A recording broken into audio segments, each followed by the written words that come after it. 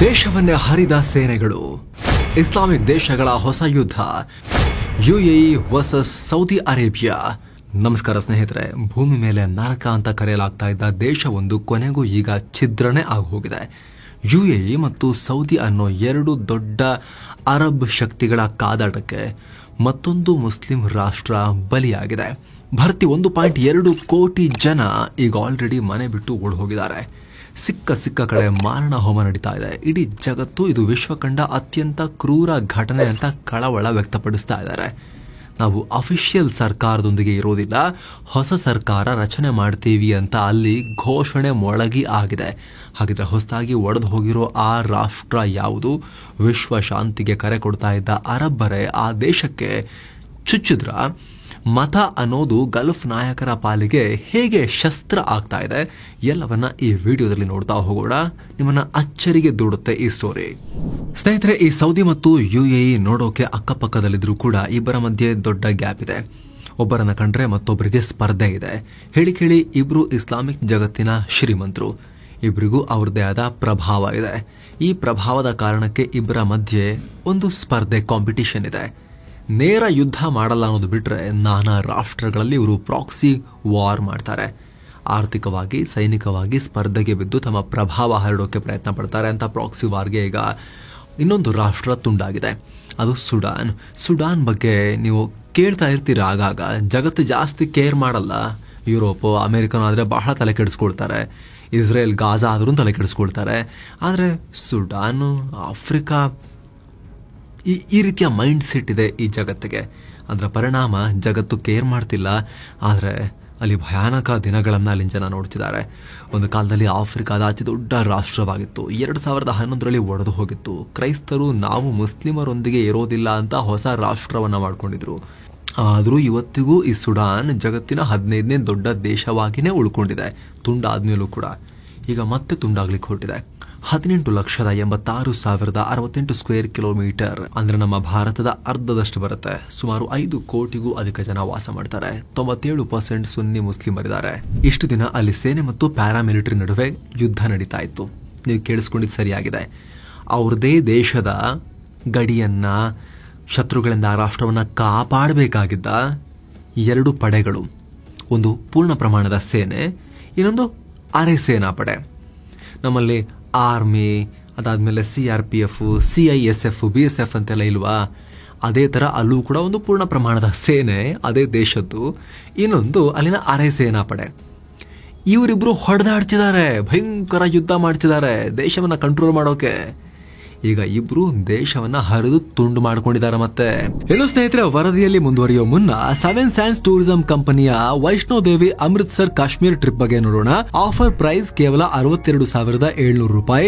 Wagah border, golden temple, Pahalgam, Sonmarg, Gulmarg, Srinagar ಇಲ್ಲಿಗೆಲ್ಲ ಹೋಗೋದಿರುತ್ತೆ.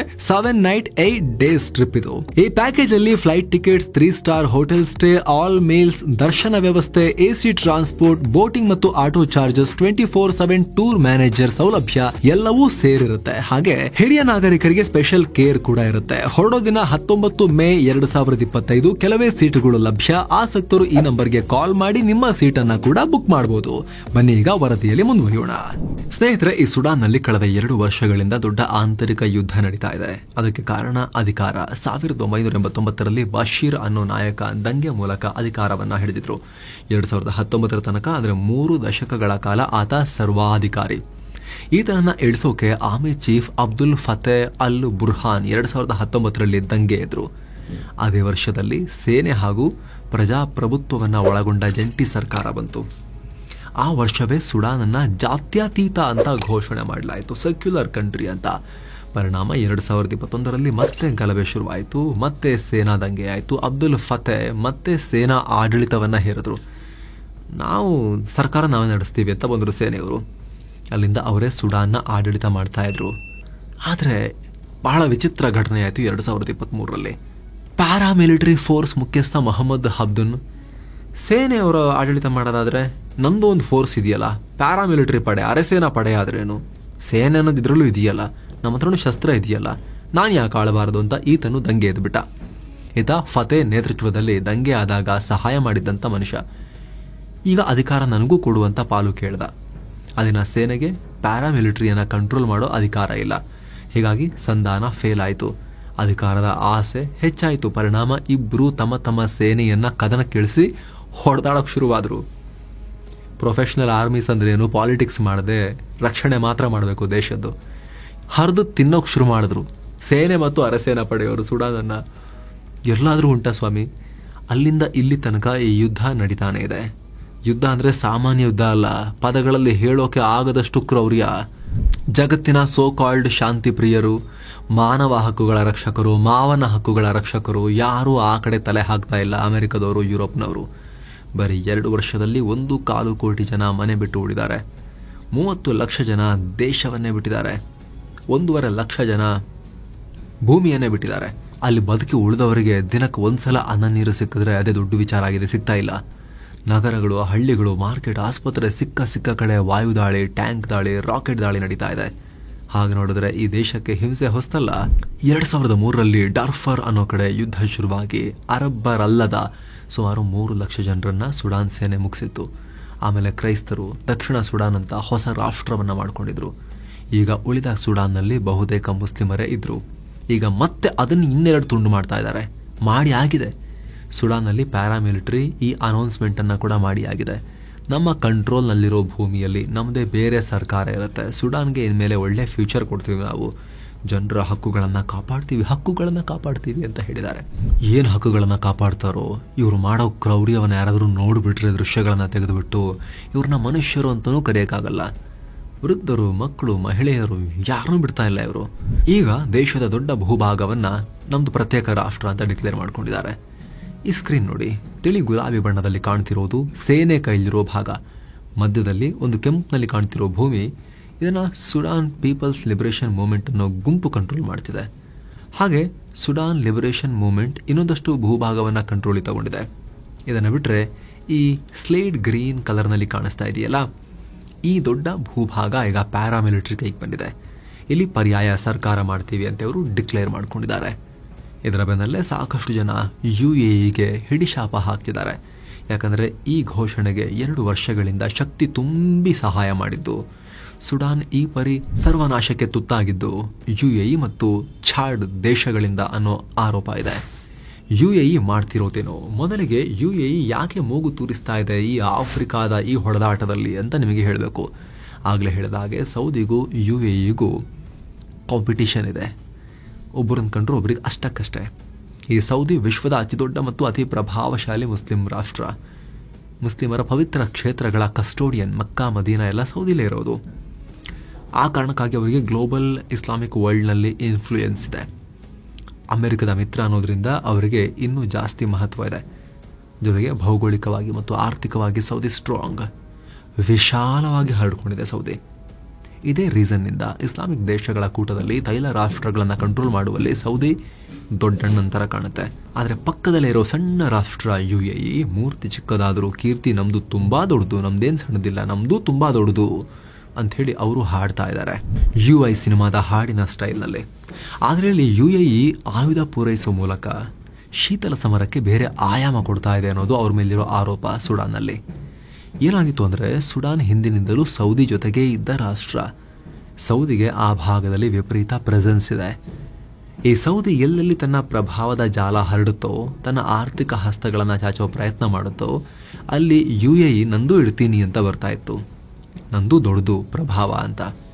ಹೂಡಿಕೆಯಿಂದ ತೈಲ ವ್ಯಾಪಾರ ತನಕ ಸ್ಪರ್ಧೆ ಕೊಡ್ತಾ ಇತ್ತು UAE. ಜೊತೆಗೆ ಈ ಸುಡಾನ್ ಮುಸ್ಲಿಮರಲ್ಲೇ ಸುನ್ನಿ ಮುಸ್ಲಿಮರನ್ನ ಜಾಸ್ತಿ ಹೊಂದಿರೋ ರಾಷ್ಟ್ರ. 5 ಕೋಟಿ ಜನಸಂಖ್ಯೆ ಇದೆ. ಆಯಕಟ್ಟಿನ ಜಾಗ.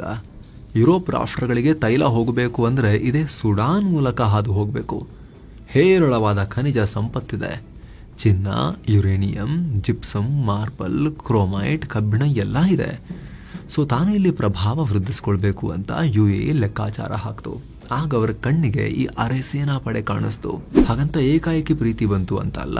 2015ರಲ್ಲಿ UAE ಮತ್ತು ಹುತಿಗಳ ನಡುವೆ ಯುದ್ಧ ಆಯ್ತಲ್ಲ, ಆಗ UAE ಪರವಾಗಿ ಇದೇ ಅರೆ ಸೇನಾ ಪಡೆ ಹೋರಾಟ ಮಾಡಿತ್ತು. ಆ ಕಡೆ ಸುಡಾನ್ ಆರ್ಮಿ, ಸುಡಾನ್ನ ಪೂರ್ಣ ಪ್ರಮಾಣದ ಸೇನೆ, ಅವರು ಸೌದಿ ಪರ ಯುದ್ಧ ಕೇಳಿದ್ರು. ನೋಡಿ, ಒಂದೇ ರಾಷ್ಟ್ರದಲ್ಲಿ 2 ಸೇನಾ ಪಡೆಗಳು 2 ರೀತಿ ಬಿಹೇವ್ ಮಾಡಿದಾವೆ. ಬೇರೆ ಬೇರೆ ರಾಷ್ಟ್ರದ ಪರ ನಿಂತ್ಕೊಂಡಿದ್ವು. ಸೊ ಅಂದಿನಿಂದಲೂ ಈ ಎರಡೂ ಸುಡಾನ್ ಸೇನೆಗಳಿಗೆ ಗಲ್ಫ್ ನಾಯಕರ ಸಂಬಂಧ ಇದೆ. ಒಬ್ಬರಿಗೆ ಸೌದಿಯೊಂದಿಗೆ, ಒಬ್ಬರಿಗೆ UAE. ಇಷ್ಟು ದಿನ ಸುಡಾನ್ ಸೇನೆ ಮೂಲಕ ಸೌದಿ ಸುಡಾನ್ ಅನ್ನ ಕಂಟ್ರೋಲ್ ಮಾಡ್ತಿತ್ತು. ಆದರೆ ಈ ಯುದ್ಧ ಶುರುವಾದ ಮೇಲೆ UAEಗೆ ಹೊಸ ಆಸೆ ಚಿಗುರ್ತು. ಮಿಡಲ್ ಈಸ್ಟ್ ಸೆಕ್ಯೂರಿಟಿ ತಜ್ಞ ಲಂಡನ್ನ ಕಿಂಗ್ಸ್ ಕಾಲೇಜ್ನ ಆಂಡ್ರಿಯಸ್ ಹೇಳೋ ಪ್ರಕಾರ UAEಗೆ ಈ ಭಾಗದಲ್ಲಿ ರಾಜಕೀಯ ಪ್ರಭಾವವಿರೋದು ಮೊದಲ ಗುರಿ.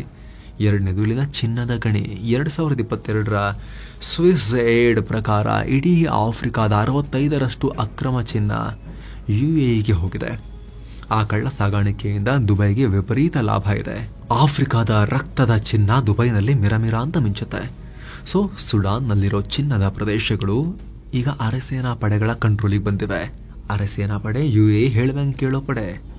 ಒಂದು ವೇಳೆ ಅರೆಸೇನಾ ಪಡೆ ಸೋತು ಮತ್ತೆ ಆ ಪ್ರದೇಶ ಸುಡಾನ್ನ ಸೇನೆ ವಶಕ್ಕೆ ಹೋದ್ರೆ ಆಗ ಸೌದಿ ವಶಕ್ಕೆ ಹೋದ ಹಾಗೆ, UAE ಕಂಟ್ರೋಲ್ ತಪ್ಪದ ಹಾಗೆ. ಹೀಗಾಗಿ ಶತಾಯಗತಾಯ ಅದನ್ನ ಬಿಟ್ಕೊಡಬಾರದು ಅಂತ UAE ಪ್ರಯತ್ನ ಮಾಡಿದೆ. ಡ್ರೋನ್ಗಳಿಂದ ಹಿಡಿದು ಶೆಲ್ಸ್, ರಾಕೆಟ್, ದುಡ್ಡು ಎಲ್ಲವನ್ನ ಪಂಪ್ ಮಾಡಿದೆ. ಅದರ ಬಲ ಪಡ್ಕೊಂಡೇ ಈಗ ಅವರು ದೇಶವನ್ನ ಒಡೆದು ಸಪರೇಟ್ ಮಾಡಿದ್ದಾರೆ ಒಂದು ತುಂಡು. ಹಾಗಂತ ಇಲ್ಲಿ ಸೌದಿ ಸುಮ್ಮನೆ ಕೂತಿಲ್ಲ. UAE ಆಟ ನೋಡಿ ಸೌದಿ ಕೂಡ ಸುಡಾನ್ ಸೇನೆಗೆ ಬೆಂಬಲ ಹೆಚ್ಚು ಮಾಡಿತು. ಕಾರಣ ಅವರಿಗೆ ಸುಡಾನ್ ಒಡೆಯೋದು ಯಾವುದೇ ಕಾರಣಕ್ಕೂ ಬೇಕಾಗಿರಲಿಲ್ಲ. ಅರೆಸೇನಾ ಪಡೆಗೆ ಮೇಲುಗೈ ಸಾಧಿಸಿದ್ರೆ ನೇರವಾಗಿ UAEಗೆ ಲಾಭ ಆಗುತ್ತೆ, ಸೌದಿಗೆ ಕಂಟಕ ಆಗುತ್ತೆ. ಜೊತೆಗೆ UAEಗೆ ಸುಡಾನ್ ಒಂದು ಸ್ಟ್ರಾಟಜಿಕ್ ಜಾಗ, ಸಂಪತ್ತಿನ ಜಾಗ. ಆದ್ರೆ ಸೌದಿಗೆ ನೆರೆಹೊರೆ, ಕೆಂಪು ಸಮುದ್ರ ದಾಟಿ ಈ ಕಡೆಗೆ ಬಂದ್ರೆ ಸಾಕು ಸುಡಾನ್ ಸಿಗತ್ತೆ. ಅಲ್ಲಿ ತನ್ನ ವಿರೋಧಿಯಾಗಿರೋ ಅರೆಸೇನಾ ಪಡೆ ಒಂದು ಕೂತ್ರೆ, ಅದು ಕೂಡ UAEಯ ಫ್ರೆಂಡ್ ಅರೆಸೇನಾ ಪಡೆ ಒಂದು ಕೂತ್ರೆ ಸೌದಿ ಎದುರಾಳಿಗಳಿಂದ ಕಾರ್ನರ್ ಆದಂಗಾಗತ್ತೆ. ಈಗ ಆಲ್ರೆಡಿ ಈ ಕಡೆ ಹೂತಿ, ಈ ಕಡೆ ಇರಾನ್ ಇದೆ, ಇಲ್ಲಿ ಅರೆಸೇನಾ ಪಡೆ, ಮತ್ತೊಂದ್ ಕಡೆ UAE ಇದೆ. ಸೌದಿಗೆ ನನ್ನ ಕಂಡ್ರೆ ಆಗದಿರೋ ನನ್ನ ಸುತ್ತ ಬಂದು ಕೂತಿದ್ದಾರೆ ಅನ್ನೋ ಫೀಲಿಂಗ್ ಬರುತ್ತೆ. ಜೊತೆಗೆ ಈ ರೆಡ್ ಸಿ ಭಾಗದಲ್ಲಿ ಸೌದಿ ಸಾಕಷ್ಟು ಕನಸುಗಳನ್ನ ಇಟ್ಕೊಂಡಿದೆ.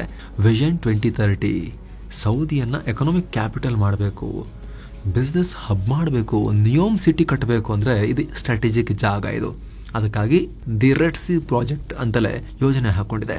ಅಲ್ಲೆಲ್ಲ ಸಕ್ಸಸ್ ಆಗಬೇಕು ಅಂದ್ರೆ ಈ ಸುಡಾನ್ ಸ್ವಲ್ಪ ಹೇಳ್ದಂಗೆ ಕೇಳಂಗಿರ್ಬೇಕು. ನೆಟ್ಟಿಗೆ ಆ ದೇಶದ ಸಂಪತ್ತು ಬೇರೆಯವರ ಪಾಲಾಗ್ದಿರಂಗ್ ನೋಡ್ಕೋಬೇಕು. ಆದ್ರೆ UAEನೇ ಅದಕ್ಕೆ ದೊಡ್ಡ ಅಡ್ಡಗೋಡೆ. ಹೀಗಾಗಿ ಇಸ್ಲಾಮಿಕ್ ದೊಡ್ಡಣ್ಣ ಸೌದಿ ಕೆರಳಿ ಕೆಂಡವಾಗ್ತಾ ಇದೆ. ಮೊನ್ನೆ ಖುದ್ದು ಸೌದಿ ಸರ್ಕಾರ ಅರೆಸೇನಾ ಪಡೆಗೆ ಎಚ್ಚರಿಕೆಯನ್ನು ಕೊಟ್ಟು UAEಗೆ ತಿವಿದಿದೆ. ಸುಡಾನ್ನ ಅರೆಸೇನಾ ಪಡೆ ತನ್ನ ದುಷ್ಟ ಕೃತ್ಯವನ್ನ ಇಲ್ಲಿಗೆ ನಿಲ್ಲಿಸಬೇಕು, ಅಲ್ಲಿ ಅವರಿಗೆ ಯಾರು ಬೆಂಬಲ ಕೊಡ್ತಿದಾರೋ ಆ ಬಾಹ್ಯ ಶಕ್ತಿಗಳು ಇದನ್ನ ಸ್ಟಾಪ್ ಮಾಡಬೇಕು ಅಂತ ಸೌದಿ ಆಜ್ಞೆ ಮಾಡಿದೆ. ಇಲ್ಲಿ UAE ತನ್ನ ಮೇಲೆ ಬಂದಿರೋ ಎಲ್ಲ ಆರೋಪವನ್ನ ಬಹಿರಂಗವಾಗಿ ಒಪ್ಕೊಳ್ತಾ ಇಲ್ಲ. ಆದ್ರೆ ಅಂತಾರಾಷ್ಟ್ರೀಯ ಸಮುದಾಯ ಇದರಲ್ಲಿ UAE ಭಾಗಿಯಾಗಿರೋದು ನಿಜ ಅಂತ ಹೇಳಿದ್ದಾರೆ. ಸುಡಾನ್ ಸೇನೆ ನಮ್ಮ ದೇಶದ ಹತ್ಯಾಕಾಂಡದಲ್ಲಿ UAE ನೇರ ಪಾತ್ರ ವಹಿಸ್ತಾ ಇದೆ ಅಂತ ವಿಶ್ವಸಂಸ್ಥೆಗೆ ದೂರನ್ನ ಕೂಡ ಕೊಟ್ಟಿದೆ. UAE ರಾಜತಾಂತ್ರಿಕರಿದ್ದ ಮನೆ ಮೇಲೂ ಸುಡಾನ್ ಸೇನೆ ದಾಳಿ ಮಾಡಿ ವಾರ್ನಿಂಗ್ ಕೊಟ್ಟಿದೆ. ಅಷ್ಟರ ಮಟ್ಟಿಗೆ ಆ ಯುದ್ಧ ತೀವ್ರವಾಗ್ತಿದೆ. ಇನ್ನು ಬರೀ ಇವರಿಬ್ಬರೇ ಅಲ್ಲ, ಈ ಸುಡಾನ್ ಸೇನೆಗೆ ಇರಾನ್, ಟರ್ಕಿ, ಈಜಿಪ್ಟ್, ಯುಕ್ರೇನ್ ಎಲ್ಲರೂ ಸಪೋರ್ಟ್ ಮಾಡ್ತಿದ್ದಾರೆ. ಆ ಕಡೆ UAE, ಲಿಬಿಯಾ, ಚಾಡ್, ರಷ್ಯಾ ಗುಂಪು ಪ್ಯಾರಾಮಿಲಿಟರಿ ಫೋರ್ಸ್ ಪರವಾಗಿ ನಿಂತ್ಕೊಂಡಿದ್ದಾರೆ. ರಷ್ಯಾಗೂ ಈ ಚಿನ್ನದ ಗಣಿ ಮೇಲೆ ಕಣ್ಣಿದೆ. ಈ ಚಾಡ್ ಮತ್ತು ಲಿಬಿಯಾಗೆ ಸುಡಾನ್ ಸೇನೆ ಕಂಡ್ರೆ ವಿಪರೀತ ದ್ವೇಷ ಇದೆ. ಅರೆಸೇನಾ ಪಡೆ ಈ ಭಾಗದಲ್ಲಿದ್ರೆ ಡರ್ಫರ್ ಜಾಗವನ್ನ ತಾವು ಪಡಿಬಹುದು ಅನ್ನೋದು ಚಾಡ್ ಲೆಕ್ಕಾಚಾರ. ಇನ್ನು ಲಿಬಿಯಾಗೆ ವಲಸಿಗರು ನುಗ್ತಾರೆ ಅನ್ನೋ ಭಯ ಅವರಿಗಿದೆ. ದಶಕಗಳಿಂದ ಸುಡಾನ್ ಸೇನೆಗೂ ಇವ್ರಿಗೂ ತಿಕ್ಕಾಟ ಇದ್ದೇ ಇತ್ತು. ಈ ಎಲ್ಲ ಕಾರಣಗಳಿಂದ ಒಂದೊಂದು ಗುಂಪು ಒಂದೊಂದು ಕಡೆಗೆ ನಿಂತು ದೇಶವನ್ನ ಹರಿದು ಹಾಕಿದ್ದಾರೆ. ಸದ್ಯಕ್ಕಂತೂ ಅಲ್ಲಿ ಕಂಡು ಕೇಳರಿಯದ ಹಿಂಸಾಚಾರ ಇದೆ, ಅಶಾಂತಿ ಇದೆ. ಒಂದೊಂದು ದಾಳಿಲೂ ಲೆಕ್ಕವಿಲ್ಲದಷ್ಟು ಜನರ ಜೀವ ಹೋಗ್ತಾ ಇದೆ. ಸೌದಿ ಶಾಂತಿ ಸ್ಥಾಪನೆಗೆ ಅಂತ ಸಾಲು ಸಾಲು ಮೀಟಿಂಗ್ ಮಾಡ್ತಿದೆ. ಆದರೆ ಅರೆಸೇನಾ ಪಡೆಗಳಿಗೆ ಬರ್ತಿರೋ ಸಹಾಯ ಈ ಯುದ್ಧವನ್ನ ಮುಗಿಸೋಕೆ ಬಿಡ್ತಾ ಇಲ್ಲ. ಒಟ್ಟಿನಲ್ಲಿ ಬಲಶಾಲಿ ರಾಷ್ಟ್ರಗಳು ದುರ್ಬಲ ರಾಷ್ಟ್ರಗಳನ್ನ ಹೆಂಗ್ ಬೇಕಾದ್ರೂ ಹರಿದು ಯೂಸ್ ಮಾಡ್ಕೊಳ್ತೇವೆ ಅನ್ನೋದಕ್ಕೆ ಇನ್ನೊಂದು ಗ್ರೇಟೆಸ್ಟ್ ಎಕ್ಸಾಂಪಲ್ ಕಣ್ಣ ಮುಂದೆ ಬರ್ತಾ ಇದೆ. ಈಗ ಬಂದಾಗಿದೆ. ಈ ಸ್ಟೋರಿ ಮೂಲಕ ನಿಮಗೂ ಕ್ಲಿಯರ್ ಆಗಿ ಈಗ ಮಾಹಿತಿ ಸಿಕ್ಕಿದೆ. ನಿಮಗೇನನ್ಸುತ್ತೆ ಕಾಮೆಂಟ್ ಮಾಡಿ ತಿಳಿಸಿ. ಮತ್ತೆ ಭೇಟಿ ಆಗ್ತಿರೋಣ. ನಮಸ್ತೆ.